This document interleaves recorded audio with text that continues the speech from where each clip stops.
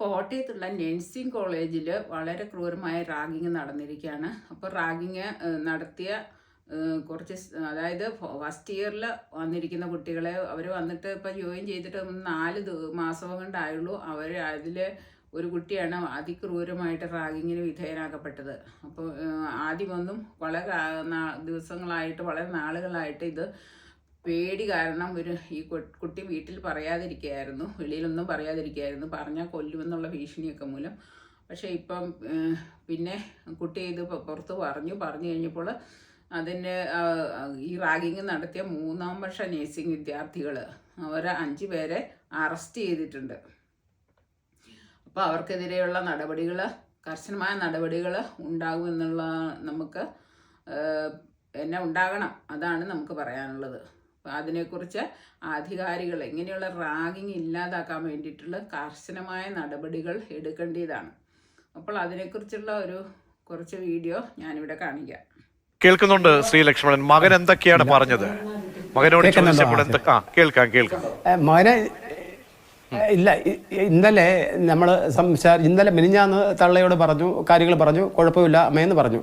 പക്ഷേ ഇന്നലെ ഒരു ഉച്ച സമയത്ത് എന്നെ സ്കൂൾ ടീച്ചർ വിളിക്കുകയും പിന്നെ ലിബിൻ്റെ കാര്യം അന്വേഷിക്കാമെന്ന് ചോദിച്ചു. ലിബിൻ്റെ കാര്യം എന്ന് അന്വേഷിക്കുന്നു. ലിബിൻ കഴിഞ്ഞ ദിവസം രാത്രി എന്തെങ്കിലും പറഞ്ഞാണെന്ന് ചോദിച്ചു.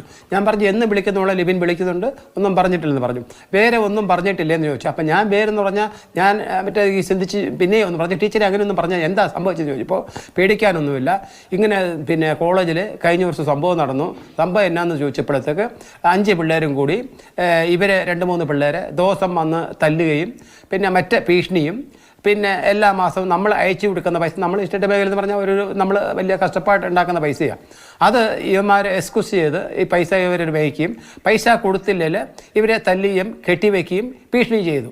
എന്നാൽ ഇത് കുറച്ച് നാളായിട്ട് ഇവർ വീട്ടിൽ പറഞ്ഞാൽ ബുദ്ധിമുട്ടുണ്ടാകുന്ന പറഞ്ഞാൽ ഇവർ വീട്ടിൽ പറഞ്ഞാൽ വീട്ടിൽ പറഞ്ഞാൽ നിങ്ങളെ മറ്റേ രീതിയിൽ ഭീഷണിപ്പെടുത്തുകയും നിങ്ങൾ പ്രിൻസിപ്പാളോട് പറയുന്നത്, സ്കൂൾ ടീച്ചറിനോട് പറയും, രക്ഷകർത്താവോട് പറഞ്ഞ് ഭയങ്കര ഭീഷണിയായിരുന്നു. ഈ കഴിഞ്ഞ ദിവസം ഒരു ചെറുക്കനെ, മുണ്ടക്കയത്തിൻ്റെ ചെറുക്കന്, ആ വെളിയിലുള്ള ഓരോരോ ജില്ലക്കാരില്ലേ, അപ്പോൾ ആ ചെറുക്കനായിട്ട് മുറിവേറ്റ് അവർ സഹിക്കാൻ വന്നപ്പോഴത്തേക്ക് അവൻ ഒച്ച വെച്ചപ്പോഴത്തേക്ക് എൻ്റെ ചെറുക്കൻ എല്ലാവരും കൂടി പറഞ്ഞു, ഇത് നമുക്ക് സഹിക്കാൻ വയ്യ, നമ്മൾ വീട്ടുകാരോട് പറഞ്ഞാലും ഇതാകില്ല, നമ്മൾ നേരിട്ട് പ്രിൻസിപ്പാളോട് പറയാം. ഇങ്ങനെ പ്രിൻസിപ്പാളോട് ഇന്നലെ രാവിലെ പറയും, ടീച്ചറിനോട് പറയും, ടീച്ചർ പ്രിൻസിപ്പാൾ പറയും. പ്രിൻസിപ്പാൾ ഇങ്ങനെ കേസ് എടുത്തു. അപ്പോൾ അത് കഴിഞ്ഞ് ടീച്ചറിനെ വിളിച്ചത്, ഞങ്ങൾ കേസ് എടുത്തിട്ടുണ്ട്, പിന്നെ സസ്പെൻഡ് ചെയ്തിട്ടുണ്ട്, ഞങ്ങൾ പോലീസിലേക്ക് അറിയിച്ചിട്ടുണ്ട്, പോലീസ് കേസെടുത്തു. അപ്പോൾ ഞാൻ ചോദിച്ചു, ടീച്ചർ അപ്പോൾ ഇത്രയും നാളും നിങ്ങൾ ഈ സംഭവം അറിഞ്ഞില്ലേ?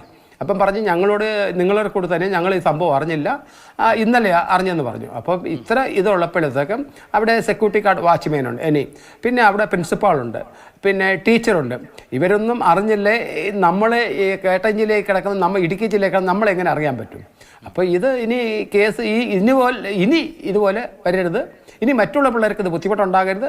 പിന്നെ ഇത് ഇവർക്ക് ശിക്ഷ കിട്ടിയിൽ കേസ് മുന്നോട്ട് പോകണമെന്ന് പറഞ്ഞാൽ ഞങ്ങളുടെ താല്പര്യം.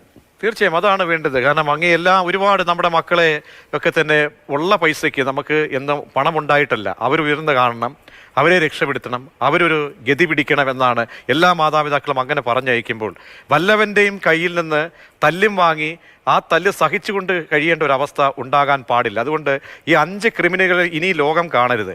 അല്ലെങ്കിൽ നല്ലവരായിട്ടല്ലേ പുറത്തേക്ക് വരണം, പരമ നല്ലവരായിട്ട് അങ്ങനെ രീതിയിൽ വന്നെങ്കിൽ മാത്രമേ സമൂഹത്തിനൊരു സന്ദേശമാവുകയുള്ളൂ. ശ്രീ ലക്ഷ്മണ പെരുമാൾ, ഒരു കാര്യം കൂടി, ഈ അങ്ങേയറ്റത്തെ ക്രൂരത എന്ന് പറയുമ്പോൾ ഈ ഹോസ്റ്റൽ മുറിയിൽ ഒരു വാർഡൻ ഉണ്ടാവില്ലേ? അവിടെ ഈ വാർഡന് കാര്യങ്ങൾ അറിയുമായില്ലേ? വാർഡൻ്റെ ശ്രദ്ധയിലൊന്നും ഇത് പെട്ടില്ലേ? വാർഡൻ സാധാരണഗതിയിൽ അറിയാമല്ലോ, ഈ ഹോസ്റ്റലിൽ വെച്ച് പീഡനമൊക്കെ നടക്കുമ്പോൾ അല്ലെങ്കിൽ ഇത്തരം കാര്യങ്ങളൊക്കെ കേട്ടെങ്കിലും അറിയാം. ഒരു ഫസ്റ്റ് ഇയർ പഠിക്കുന്ന ചെറുക്കൻ്റെ റൂമിലോട്ട് ഈ തേർഡ് ഇയർ പിള്ളേർ അല്ലെ പിന്നെ സീനിയർ പിള്ളേർ എങ്ങനെ കയറി വന്നു? എൻ്റെ ചോദ്യം അതാണ്. ഒരു ഫസ്റ്റ് ഇയർ പഠിക്കുന്ന പിള്ളേർ റൂമിലേക്ക് സീനിയർ പിള്ളേർക്ക് വേറെയാണല്ലോ, അവർ എങ്ങനെ കയറി വന്നു? അപ്പോൾ ഇത് അവിടെ സെക്യൂരിറ്റി ഗാർഡുണ്ട്, അവിടെ വാർഡനുണ്ട്, അപ്പോൾ ഇവരെല്ലാം എവിടെ പോയി? ഇപ്പോൾ എൻ്റെ ചോദ്യം അതേ ഉള്ളൂ. ഞാൻ ഇതാ ചോദിച്ചത്. കുഞ്ഞുങ്ങളുടെ പുറത്തൊക്കെ മർദ്ദനമേറ്റ പാടൊക്കെ അവരെങ്ങനെ വിറ്റേന്ന് സ്കൂളിലേക്ക് അല്ലെങ്കിൽ കോളേജിലേക്ക് അവർ എങ്ങനെ വന്നു? അവരുടെ അവസ്ഥ പരസ്പരമെങ്കിലും പറയുമല്ലോ. ആശയവിനിമയങ്ങൾ ഏറ്റവും ഉള്ള ഒരു കാലമാണ്. നമുക്ക് എന്തെങ്കിലും ഉണ്ടായി നമുക്ക് പറയാൻ മടി തോന്നുന്ന രീതിയിലുള്ള ക്രൂരകൃത്യങ്ങളാണ് ഇവർ ചെയ്തിരിക്കുന്നത്. സ്വബോധമുള്ള ഒരു ആൾക്കാർക്കും ചെയ്യാൻ പറ്റാത്ത രീതിയിലുള്ള ക്രൂരതയാണ് ഈ കുട്ടികൾ ചെയ്തിരിക്കുന്നത്. അപ്പോൾ ഒരു ബലമായ സംശയം ഇവർ ഡ്രഗ് അഡിക്ട്സ് ആണ്, അല്ലെങ്കിൽ ലഹരി അഡിക്ട്സ് ആണ്.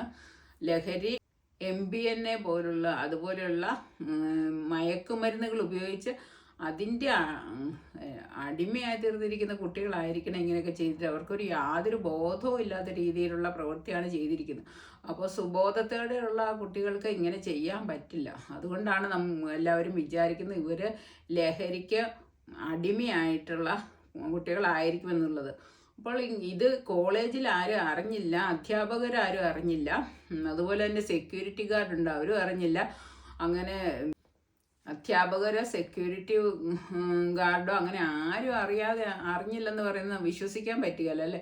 അപ്പോൾ ഇതിനെക്കുറിച്ച് എല്ലാവരും ഇത് കണ്ണടച്ച് പിടിക്കുകയാണ് ചെയ്യുന്നുള്ളതാണ് നമുക്ക് തോന്നുന്നത്. ഇങ്ങനെയുള്ള ഇപ്പോൾ സിദ്ധാർത്ഥിൻ്റെ സംഭവം കഴിഞ്ഞാൽ പിന്നെ ഇങ്ങനെയുള്ള സംഭവങ്ങളും ഒരു കുറവ് വരുമെന്ന് കരുതിയിട്ട് അതിൽ നിന്നും കുറവൊന്നും വരുന്നില്ല, ഇതിൽ നിന്നും ആരും ഒന്നും പാഠങ്ങൾ പഠിക്കുന്നുമില്ല. അപ്പോൾ ഇങ്ങനെയുള്ള സംഭവങ്ങൾ ആവർത്തിച്ചുകൊണ്ടിരിക്കുകയാണ്. അപ്പോൾ ഇപ്പോൾ ഈ കോളേജിൽ ഇങ്ങനെ നടന്നപ്പോൾ ഇതിൻ്റെ അധികാരികൾക്കെതിരെ അന്വേഷണവും നടപടികളും വരണം.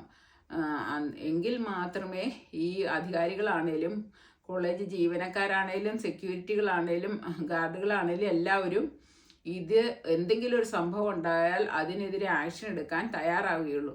അപ്പോൾ അങ്ങനെയുള്ള കർശനമായ നടപടികൾ ഗവൺമെൻറ്റിൻ്റെ ഭാഗത്തു നിന്ന് ഉണ്ടായാൽ മാത്രമേ ഇതിനൊരു മാറ്റം വരികയുള്ളൂ. ഈ കോളേജിലെ വാർഡന്മാർ, സെക്യൂരിറ്റി ഗാർഡുകൾ ആരും അറിയാതെ ഈ സംഭവം ഇത്രയും ക്രൂരമായ മർദ്ദന മുറകളൊക്കെ നടക്കുമ്പോൾ ഒച്ചയും ബഹളവും ഒന്നും കേൾക്കാതെ എങ്ങനെ ഇവരൊന്നും അറിഞ്ഞില്ലെന്ന് പറയുന്നത് നമുക്ക് വളരെ അവിശ്വസനീയമാണ്. അപ്പോൾ ഇവരെയൊക്കെ ചോദ്യം ചെയ്യുകയും വേണ്ടതായ ശക്തമായ നടപടികൾ എടുക്കുകയും ചെയ്യണം. അതുപോലെ തന്നെ അധ്യാപകർ, പ്രിൻസിപ്പൾ ഇവരെയൊക്കെ ചോദ്യം ചെയ്യണം. ഇവരാരും ഈ സംഭവങ്ങളൊന്നും അറിഞ്ഞില്ലെന്ന് പറയുന്നത് വിശ്വസിക്കാൻ ബുദ്ധിമുട്ടാണ്. അപ്പോൾ അറിഞ്ഞാലും ആരും ഇതിനെതിരെ ആക്ഷൻ എടുക്കുകയോ റിപ്പോർട്ട് ചെയ്യുകയോ ചെയ്യാത്തതാണെന്നാണ് നമുക്കുള്ള ഒരു അറിവ്. അധ്യാപകരോ പ്രിൻസിപ്പാളോ ആരും ഇതിനെതിരെ റിയാക്ട് ചെയ്യുകയോ നടപടികൾ എടുക്കുകയോ ചെയ്തിട്ടില്ലെന്നുള്ളതാണ് ഇതിൻ്റെ വാസ്തവമായ കാര്യം എന്നുള്ളതാണ് നമുക്ക് തോന്നുന്നത്.